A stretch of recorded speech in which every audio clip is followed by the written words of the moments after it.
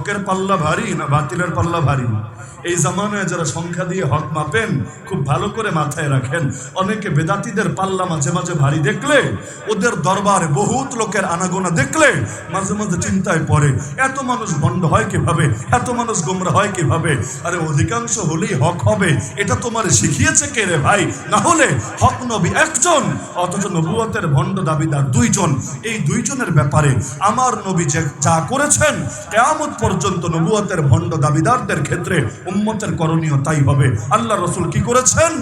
নবী তার জীবদ্দশায় আসওয়াদ আনাসিকে জাহান্নামের টিকিট ধরিয়ে দিয়েছে। বলবেন কিভাবে?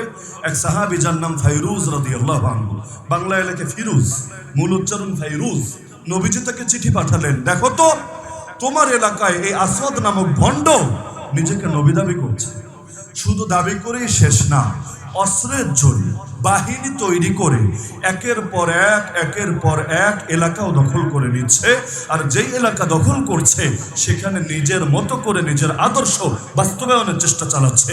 নবী চিঠি লিখে পাঠালেন, ফাইরুজ দেখো এই ভণ্ডের শানে তুমি কি করতে পারো। চিঠি পেয়ে ফাইরুজ রাদিয়াল্লাহু আনহু চিন্তা করতে শুরু করলেন। নবীজি যা ইঙ্গিত দিয়েছেন তা বুঝে ফেললেন। তিনি এবার প্ল্যান সাজাতে লাগলেন কিভাবে কি করা যায়। খোঁজ নিয়ে দেখলেন, ফাইরুজ রাদিয়াল্লাহু আনহু খোঁজ নিয়ে জানলেন এই ভণ্ড আসওয়াদ আনাসি একটা এলাকা দখল করার পর সেই এলাকার সর্দারকে হত্যা করে তার স্ত্রীকে জোর করে বিয়ে করে নিয়েছে। সেই স্ত্রীটা, সেই নারীটা ছিল ফাইরুজ রাদিয়াল্লাহু আনহুর চাচাতো বোন। তিনি এই সুযোগ কাজে লাগালেন, যোগাযোগ করলেন চাচাতো বোনের সাথে, তোমাকে তো জোর করে সে বিয়ে করে নিয়েছে, যৌন দাসের মতো বানিয়ে রেখেছে, তুমি কি আমাকে সাহায্য করবা এই ভণ্ডকে উচিত শিক্ষা দেওয়ার জন্যে?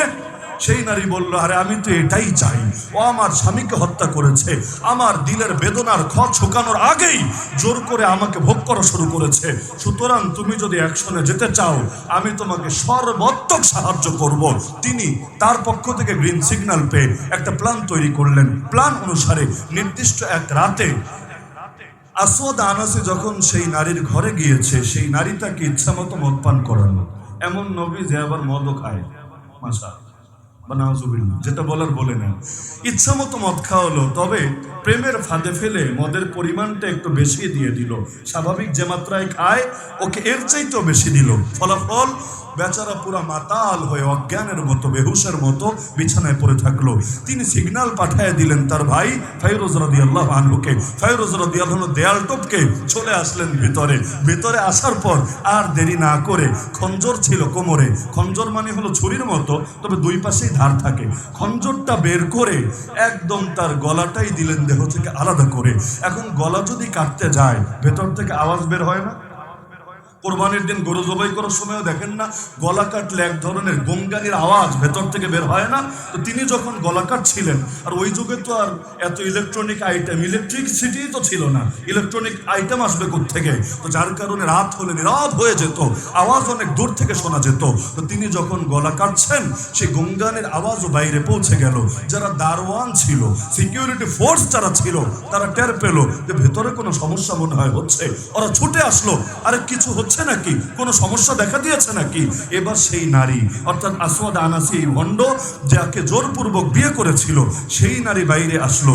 তাকে দেখে তারা ভাবলো যাই হোক ওদের নবীর স্ত্রী তো তিনি যা বলবেন সত্যই তো বলবেন। সেই নারী এসে বলল, কি হয়েছে? বললো না, ভেতর থেকে কেমন যেন আর্তনাদ শুনছি। বললো, আরে কিছু না, এই বাক্যটা যতবার পড়ি আমার বড় মজা লাগে।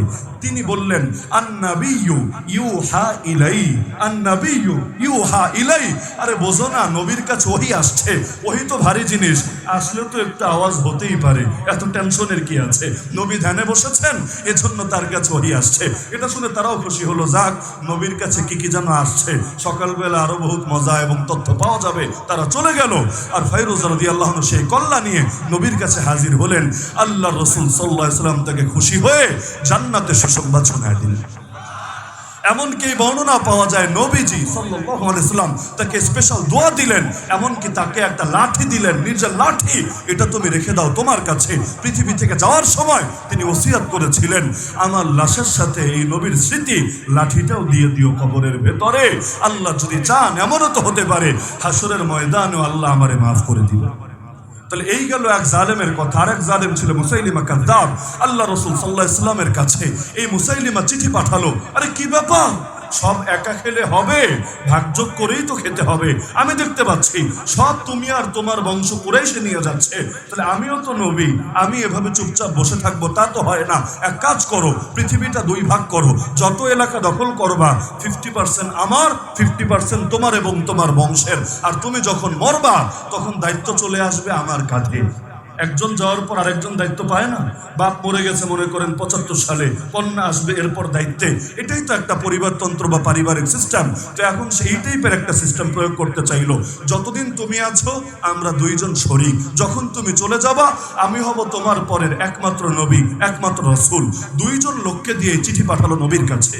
আল্লাহ রাসূল চিঠি পড়ে এত রাগান্বিত হলেন, নবীজি বলে উঠলেন, লাউলা আন্না রুসুলা লা তুকতাল লা দারাবতু আনাকাকুমা।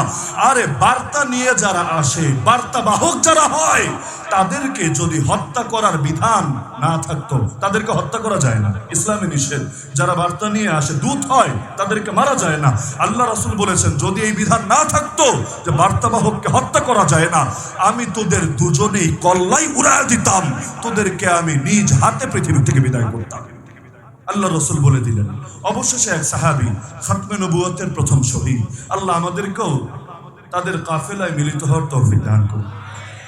খাতমে নবুয়তের প্রথম শহীদ, মাদ্রাসার ছাত্ররা নাম জানেন, বাকিরাও নামটা দিলের মধ্যে গেঁথে রাখেন।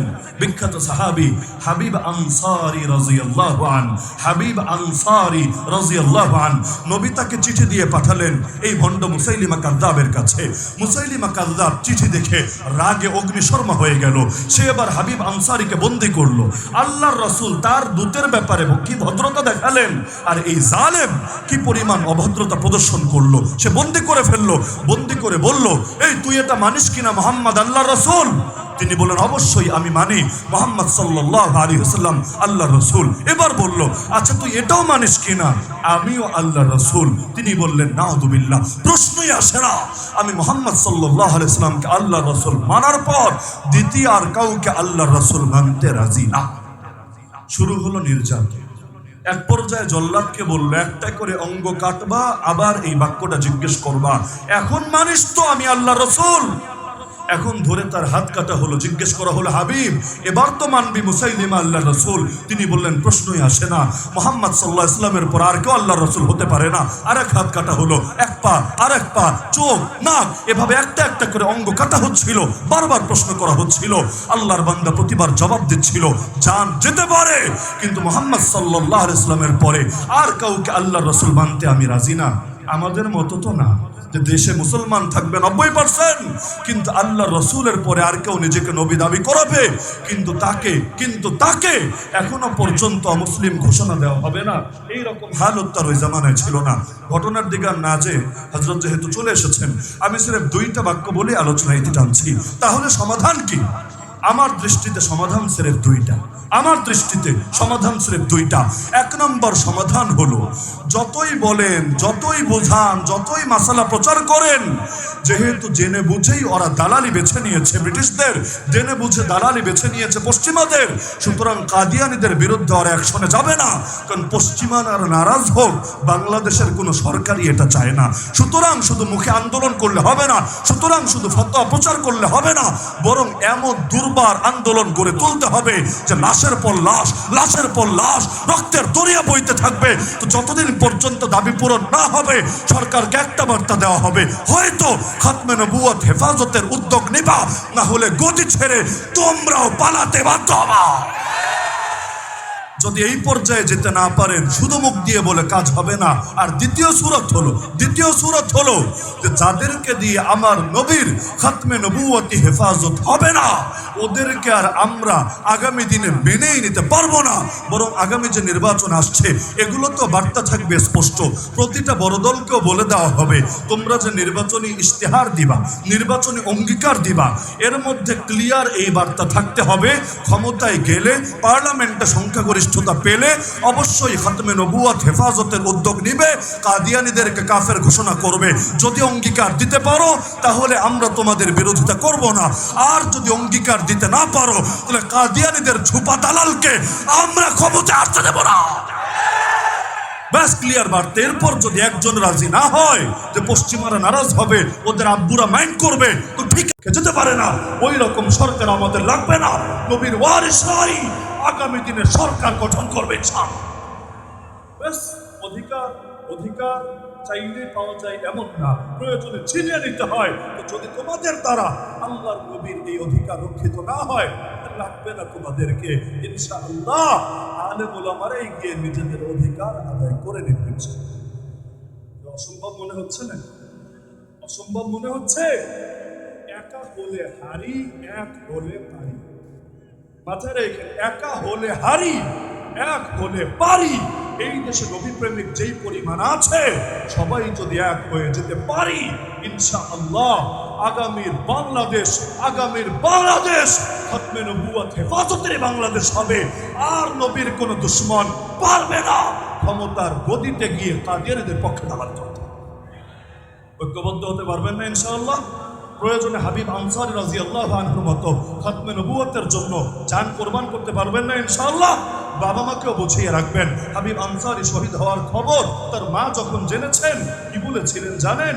লিহাদাল ইয়াউমি আরদাতুহু, আজকের এই দিনের জন্যই ওদেরকে দুধ পান করিয়েছিলাম। সুতরাং আমাদেরও তামান্না হবে একটা, জীবন তো একটা ব্যাপার না, একটা মাত্র জীবন আল্লাহর জন্য কোরবান করা, আরে এটা কোনো কিছুই না। সুতরাং যতদিন ভেতরে প্রাণ থাকবে সেই প্রাণে স্পন্দন থাকবে, ধমনীতে রক্ত প্রবাহিত থাকবে আমার নবীর খাতমে নবুয়ত হেফাজতের জন্য, আমার নবীর শরিয়ত প্রতিষ্ঠার জন্য আমরণ লড়াই আর সংগ্রাম চলবেই চলবে, চলবেই চলবে, চলবেই চলবে।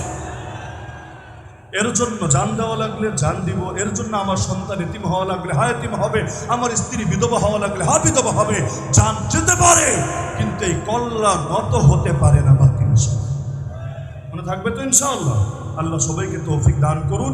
এই অঙ্গীকার নিয়ে আগামী দিনের লড়াইয়ে ঐক্যবদ্ধভাবে অবতীর্ণ হওয়ার তৌফিক দান করুন। আমিন। ওয়া মা আলাইনা ইল্লাল বালাগুল মুবিন ওয়া আখিরু দাওয়ানা আলহামদুলিল্লাহি রাব্বিল আলামিন।